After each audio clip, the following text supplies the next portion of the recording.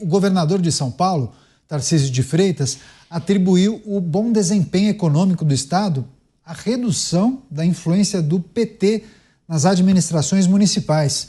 Em um evento, ele afirmou que o estado vai tão bem em razão do predomínio de prefeitos alinhados à direita, como mostraram as últimas eleições. Tarcísio destacou que das 39 cidades que compõem a região metropolitana, a Grande São Paulo, 38 elegeram prefeitos de partidos mais conservadores.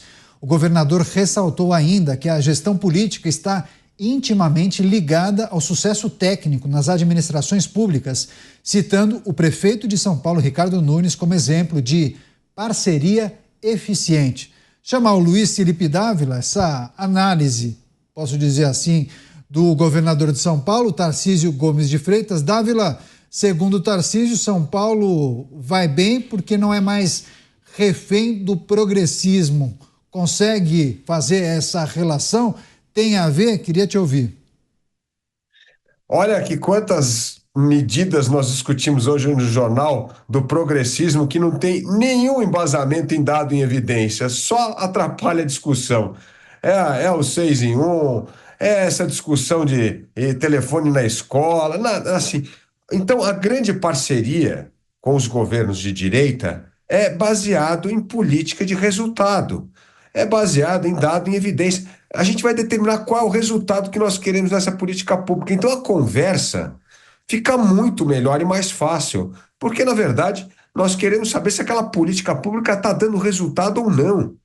E isso é o fundamento de um Estado eficiente. E quem preocupa com a eficiência do Estado é a direita. A esquerda, infelizmente, gosta de usar o poder para esse proselitismo ideológico, doutrinário, político, e não é muito preocupada com os resultados, com a eficiência, e sacrifica sempre o resultado, a eficiência, em nome do credo ideológico. Essa é uma verdade. Eu vou dar um exemplo. Por que São Paulo hoje é um estado extraordinário? Porque o PT nunca governou o estado de São Paulo. Por que São Caetano do Sul é uma das melhores cidades para viver? Porque o PT nunca governou. Então não é coincidência. É uma questão de atitude em relação à política pública. Uns querem olhar a política pública baseada em resultado e dado em evidência, e outros querem basear a política pública em grandes causas, doutrinas e credos. E a diferença está aí, o Tarcísio está correto. Aqueles que olham para dados e evidências têm um ótimo resultado em política pública. Aqueles que ficam pregando os seus credos não têm resultado para entregar, só tem desculpa e arrumar culpados.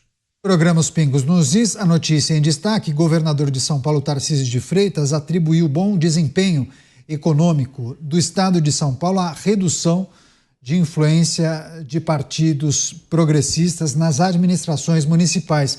E Cristiano Beraldo chamou a atenção, eu nem sabia desse dado.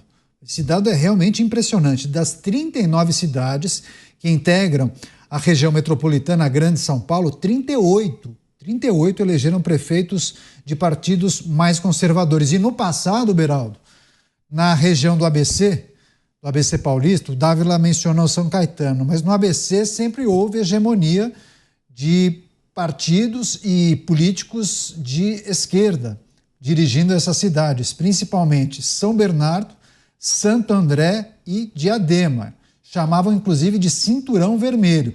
E aí houve mudança nas últimas eleições e agora esse dado impressionante. Das 39 cidades, 38 elegeram prefeitos mais conservadores. Beraldo.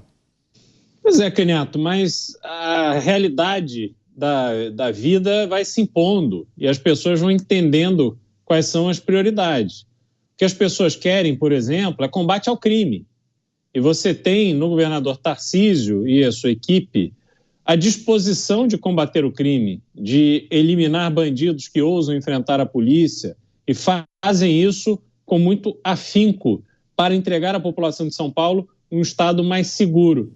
Conseguiram resolver o problema? Não, porque esse problema é muito mais grave, mas eles estão fazendo um trabalho realmente surpreendente. Você precisa ter um Estado, e aí obviamente se reflete diretamente nas cidades, que consiga planejar uma infraestrutura que dê conta de escoar produções, de viabilizar a mobilidade do cidadão, obras de longo prazo, que não serão entregues neste governo, neste mandato, mas que precisam ser feitas. E aí você tira o cunho eleitoreiro do projeto, que em geral não interessa a boa parte dos políticos. E aí você tem desafios imensos que precisam ser enfrentados para serem resolvidos, mas você tem boa parte dos políticos da esquerda preocupado com o quê? Se o hino nacional vai ser cantado com pronome neutro, se o banheiro da escola vai ser unissex, se a bandeira do não sei o quê vai aparecer não sei aonde, se o movimento que invade terras vai ter lugar no palanque, no evento de 1º de maio. Então, essas coisas absolutamente irrelevantes, pequenas, diante dos desafios que a gente tem, dominam esse discurso da esquerda porque eles acham que com isso conseguem conquistar a simpatia dos eleitores. A gente vê na vida privada, em manifestações que muitas vezes são feitas num contexto pessoal, vários desses representantes da esquerda se manifestando de forma oposta àquilo que eles defendem em frente às câmeras, em cima dos palanques. Por quê? Porque eles não acreditam naquilo que defendem. Eles não estão nem aí para aquelas coisas. É o sujeito que fica defendendo as minorias e tal, e aí vai lá com os amigos, faz piada sobre as minorias. Então, esse tipo de comportamento ficou manjado pela população. E a população quer resolver problemas que lhe atingem diariamente. Não é mais uma questão ideológica, uma eventualidade, um mundo utópico. Não. A pessoa está saindo de casa, tendo uma arma apontada para a sua cabeça, correndo o risco, por um segundo, de perder a sua vida, deixar sua família, seus filhos pequenos, desamparados. Isso sim faz a pessoa refletir e entender qual é o caminho para solucionar esse tipo de problema. Análise do governador de São Paulo fazendo uma relação entre a boa performance econômica do estado de São Paulo e a opção dos eleitores em colocarem políticos, prefeitos de siglas mais conservadoras. Você, Mota? O que o governador disse é o que eu sempre digo aqui: tudo começa com as ideias certas. Por exemplo, a ideia de que liberdade é fundamental, inclusive liberdade econômica.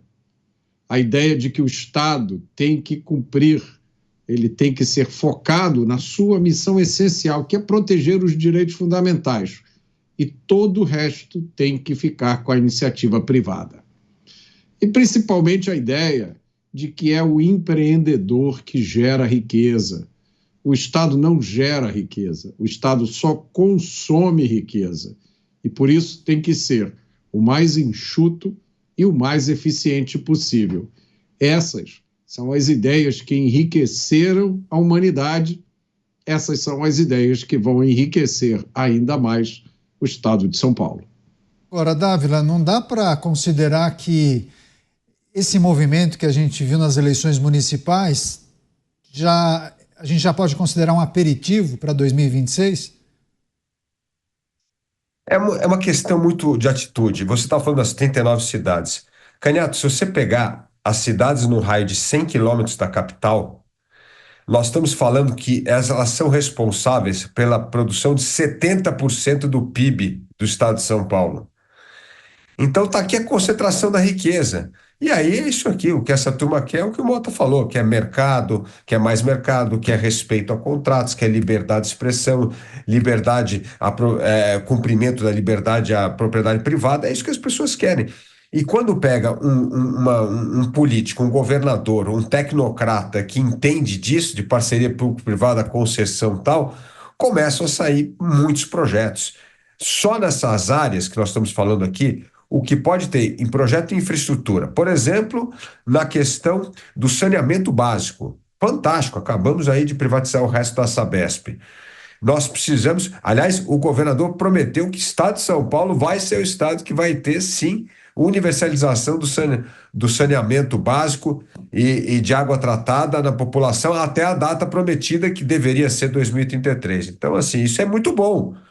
A concessão de estradas, de portos, tudo isso acontece quando existe essa estabilidade de negócio. Então, São Paulo vai continuar atraindo investimento justamente por causa dessa ótima parceria de um governador pró-negócio, pró-propriedade privada, pró-liberdade, com os prefeitos que também acreditam nesses ideais. E isso vai fazer com que São Paulo continue a crescer, a atrair investimento. E não é só São Paulo, não. O Paraná está no mesmo caminho assim, Goiás está nesse caminho, Mato Grosso cresceu aí 6% ao ano. Então, assim, nós temos. O Paraná cresceu 5%, São Paulo cresceu 3,5%. Então, os estados pró-negócio, pró-iniciativa privada, que não cria empecilhos para atrapalhar a vida do empreendedor, que não tira o sono das pessoas que trabalham, é isso que faz a economia girar. Como disse o Mota, tem uma frase ótima do nosso Eugênio Goudin, que diz que quem gera riqueza é o empreendedor e não o funcionário. É isso aí, não é o funcionário público, não é o empreendedor. E é isso que nós precisamos no Brasil, cada vez mais um Estado que não veja o setor privado como um inimigo ou apenas a vaca leiteira para extrair dinheiro por meio de impostos.